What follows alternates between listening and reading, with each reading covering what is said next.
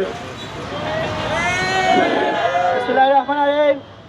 আপনারা জানেন এই যে হাদি ভাই স্বতন্ত্র টিকা তার নির্বাচনী প্রচারণা চালাচ্ছে, সেই যখনই ডিক্লেয়ার দিছে যে আমি স্বতন্ত্র টিকা একটা ভোট হলে আমার একটা ভোট আমি দিব, তারপর আমি নির্বাচন করব, কিন্তু তাকে কিছুদিন পর পরেই হামলা শিকার হচ্ছে।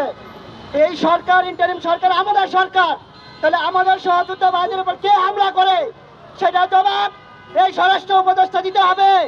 যদি সে না দিতে পারে সে হাতে চুরি পরে বের হয়ে যাক। আমরা আর আমাদের সহযোদ্ধাকে হারাতে চাই না। আমাদের কোনো একটা সহযোদ্ধাকে যদি বিরার কোনো গুলি হয় সেই জবাব ইন্টারিম সরকারকে দিতে হবে। আর নয় আমরা নিজেরাই আমাদের সহযোদ্ধাকে নিয়ে আমরা আমাদের জবাব দিব। যদি 24 ঘন্টার ভিতরে হাদি ভাইয়ের যে হামলা করেছে তাকে যদি গ্রেপ্তার না করা হয়, ফের আমরা আন্দোলন এবং রাজপথ দখলে নিব। ধন্যবাদ সবাইকে। গণতন্ত্রের পক্ষে যারা রাজনীতি করেন, বাংলাদেশকে পরিবর্তনের জন্য যারা রাজনীতি করেন, আজকে যারা এখানে উপস্থিত আছেন, বলুন আপনি নিরাপদ কিনা? তাহলে আমরা কি 24-এর বাংলা তৈরি করলাম, যেখানে একজন সাধারণ মানুষ নিরাপদে তার ঘরে ফিরে যেতে পারে না? আপনারা দেখছেন আমাদের ঢাকা 5 সংসদীয় আসনে ট্রাক প্রতীকের প্রার্থী শহীদ ইব্রাহিম রনক ভাই আজকের বিক্ষোভ মিছিল উপস্থিত করেছেন। উনিও ওনার বাসস্থানে ফিরে যেতে পারবেন কিনা আমরা সন্দেহ পোষণ করছি। অতএব এই সরকারের কাছে কেউ নিরাপদ নয়।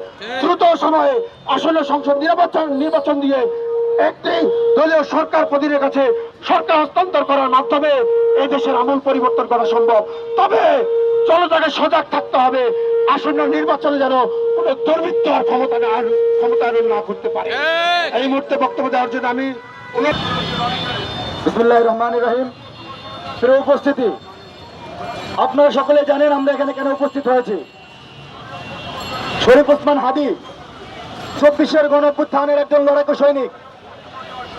24 পরবর্তী বাংলাদেশে তিনি যুবকদের জন্য ঢাকা 8 আসনে প্রার্থী হয়ে তার যে বক্তব্যগুলো ভারতীয় আধিপত্যবাদের বিরুদ্ধে, পতিত ফেসিবাদের বিরুদ্ধে তার যে বক্তব্যগুলো, সেটার প্রতি ঈশান্বিত হয়েই পতিত ফেসিবাদ, তার দোসর কিংবা নব্য ফেসিবাদ যারাই আক্রমণ করেছে, আমরা অতি দ্রুত হাদি হাসপাতাল থেকে সুস্থ হয়ে ফেরার আগে যারা তার উপরে হামলা করেছে তাদের বিচার নিশ্চিত দেখতে চাই। সন্ত্রাসীদের আস্তানা ভেঙে দাও, গুড়িয়ে দাও, ভেঙে দাও, গুড়িয়ে দাও, সন্ত্রাসীদের আস্তানা। শরীফ ওসমান হাদি 24-এর একজন লড়াকু সৈনিক। সামনে নির্বাচন, এই জাতীয় নির্বাচনকে বিতর্কিত করার জন্য আমরা দেখেছি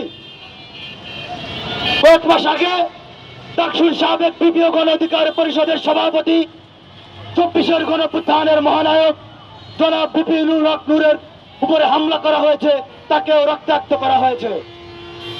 আজকে আবার লড়াকু সৈনিক উসমান হাদিকে রক্তাক্ত করা হয়েছে।